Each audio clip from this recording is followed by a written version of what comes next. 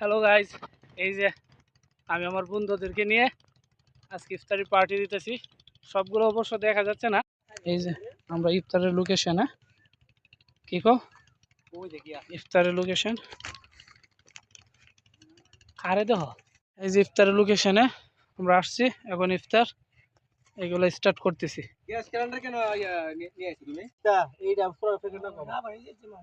তাড়াতাড়ি কর, ইফতারের টাইম কম।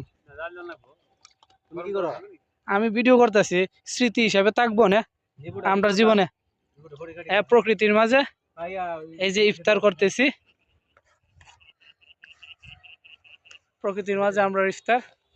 সুমন ভাই, সারাজ মামু, সজীব,